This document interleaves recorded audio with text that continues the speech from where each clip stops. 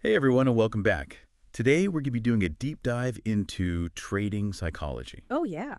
Um, we've got an excerpt here that outlines 8 crucial rules to help you avoid blowing up your account. Yeah. So this isn't just for the seasoned traders out there. Right.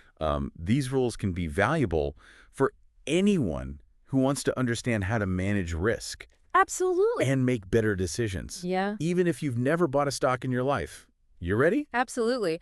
A lot of people think that trading is all about predicting the market and picking the right stocks. Right. But the real key to success, especially long-term success, lies in mastering the psychology of it, avoiding those emotional traps that can lead to bad decisions, Yeah. and ultimately big losses. Yeah, those big losses. So that's what we're going to be unpacking today. Okay, cool. So let's jump right into rule number 1, Right. which is all about setting a stop loss for every single trade. Yes. Now, before we get into why this is so important, maybe you could quickly explain what exactly a stop loss order is.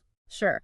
A stop loss order is basically an instruction that you give your broker to automatically sell a stock or other asset if it drops to a certain price. Think of it as an insurance policy for your investments. It helps to limit your potential losses on a trade, even if the market moves against you. Okay. And here's the kicker. Many new traders set their stop losses too tight, triggering unnecessary sell-offs. Really? Yeah. So a good rule of thumb is to consider the stock's volatility and the average daily price swings Okay. when you're setting your stop loss. So it's not just about setting it, but it's about setting it strategically. Exactly. Okay, that makes a lot of sense. Okay. So let's say you buy a stock at $100 and you set your stop loss at $95. Right. That means even if the stock starts tanking, your broker will automatically sell it once it hits $95, Exactly. limiting your loss to just $5 a share. Precisely. And it takes the emotion out of the equation. Oh, You see, when a stock starts going down, fear and panic can set in. wow. And you might make a rash decision to sell it at a much lower price, leading to a bigger loss. Right. The stop loss protects you from those impulsive moves. So it's like having a predetermined exit strategy. Exactly. You decide before you know, when you're thinking clearly, what level of loss you're comfortable with. Right. Now, this brings us to rules 2 and 3, Okay. which kind of go hand in hand. Honor your stop loss Yes. and never cancel it or move it Okay. based on hope. Right. Why are these rules so crucial? Well, they're all about discipline and sticking to your plan. Okay. You know, the moment you start second-guessing your stop loss, you're essentially opening yourself up to even greater risk. The source mentions a Forex trader who panicked when the market moved against them and canceled their stop loss, hoping for a reversal. But instead, the price kept dropping, Oh, no. and they ended up losing much more than they would have if they had just stuck to their original plan. It's like they're just adding insult to injury. You know, it's funny. That reminds me of the 2008 financial crisis. Didn't a lot of traders ignore their stop loss during that time? Unfortunately, yes. A lot of them suffered catastrophic losses as a result. Yeah. Wow. The ones who survived, who were able to stay in the game, Yeah. they had the discipline to honor their stop losses, Wow. even when it was painful. Yeah. They understood that sometimes the best trade is knowing when to cut your losses and move on. It's a tough lesson, but a valuable one for sure. Okay, moving on to rule number 4. Set a maximum dollar risk with your broker. Now, this one sounds a bit more technical. It does. Can you break it down for us? Absolutely. This rule is about working with your broker, Okay. not against them. A lot of brokers offer tools to set daily or per trade loss limits.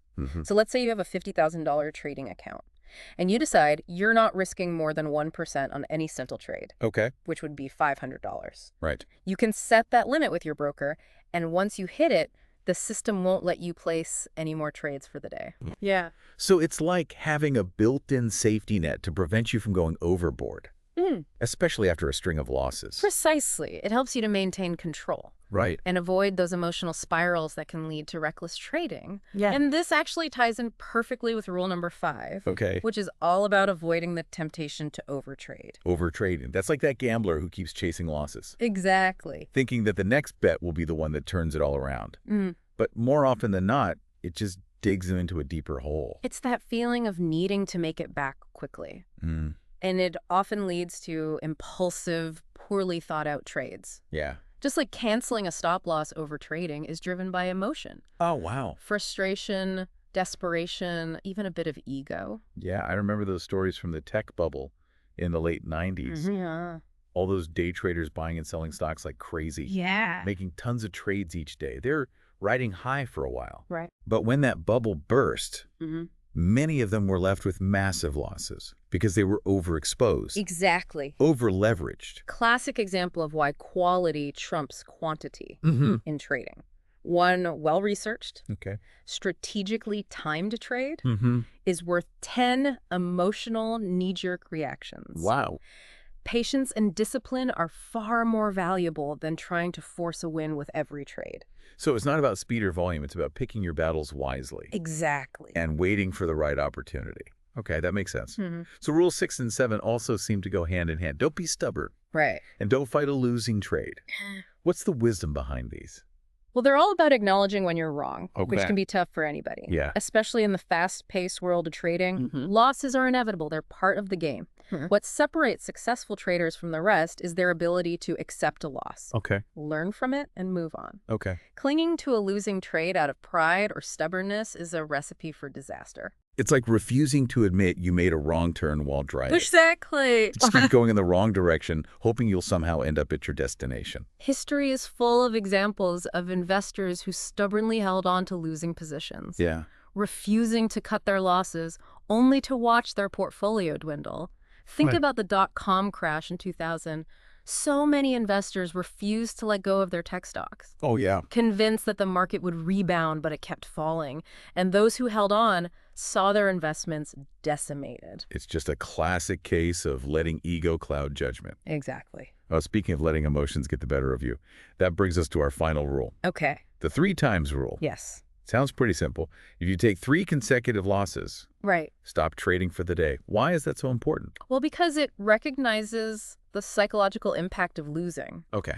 After 3 losses, it's natural to feel frustrated, Yeah. even a little desperate to win back what you've lost. But that's precisely when you're most vulnerable to making rash decisions. Right. Taking a break, stepping away from the screen, allows you to cool off, Well, assess the situation with a clear head, and come back to trading another day with a fresh perspective. yeah, it's like hitting the pause button on a movie that's getting too intense. You take a breather, let the tension subside, Exactly. and then come back with a clearer mind. Precisely. Yeah, it's really all about recognizing that trading, like so many things in life, is as much a mental game as a financial one, and these 8 rules, they really give you a framework for staying grounded, disciplined, and focused on protecting your capital in the long run.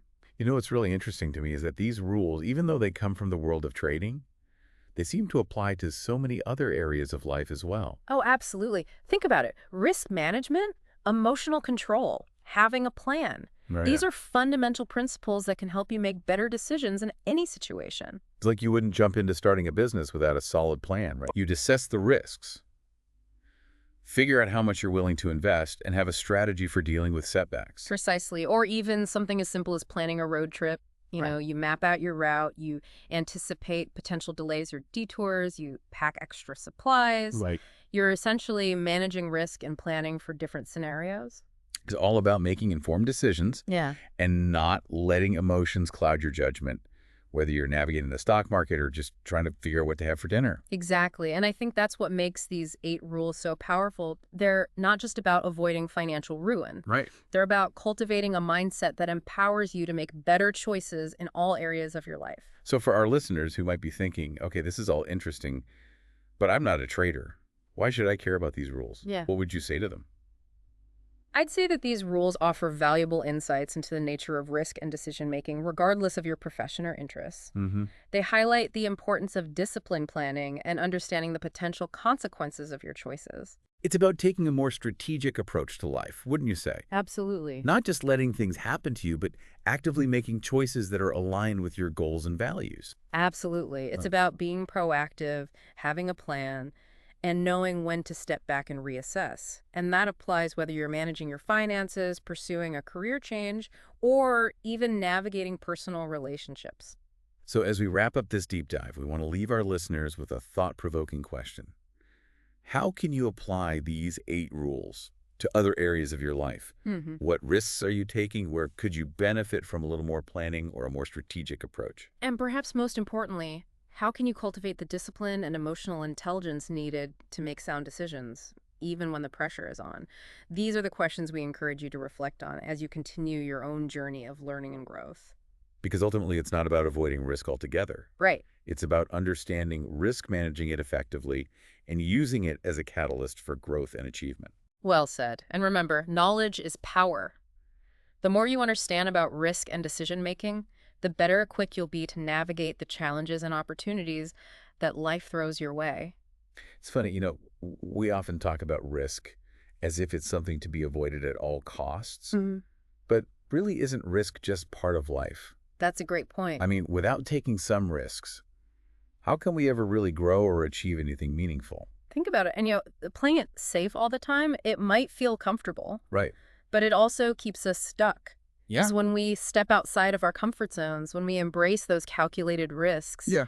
that we open ourselves up to new experiences and possibilities. Like that old saying, a ship in harbor is safe, but that's not what ships are built for. Exactly. These 8 rules, they aren't about eliminating risk entirely. It's about giving us the tools Right. and the mindset The framework. to approach risk with more awareness and to make smarter choices. Exactly. It's about understanding those potential downsides, Mm-hmm. having a plan to mitigate those downsides, and most importantly, having the discipline to stick to that plan even when things get emotional. Absolutely. Yeah. So for everyone listening, whether you're a seasoned investor just starting out or simply someone who wants to make more informed decisions in life, these 8 rules offer a really powerful framework Powerful framework. for navigating the ups and downs that come with any worthwhile pursuit. They remind us that success isn't just about luck or talent. Right. It's about cultivating a mindset of discipline, resilience, and continuous learning. Well said.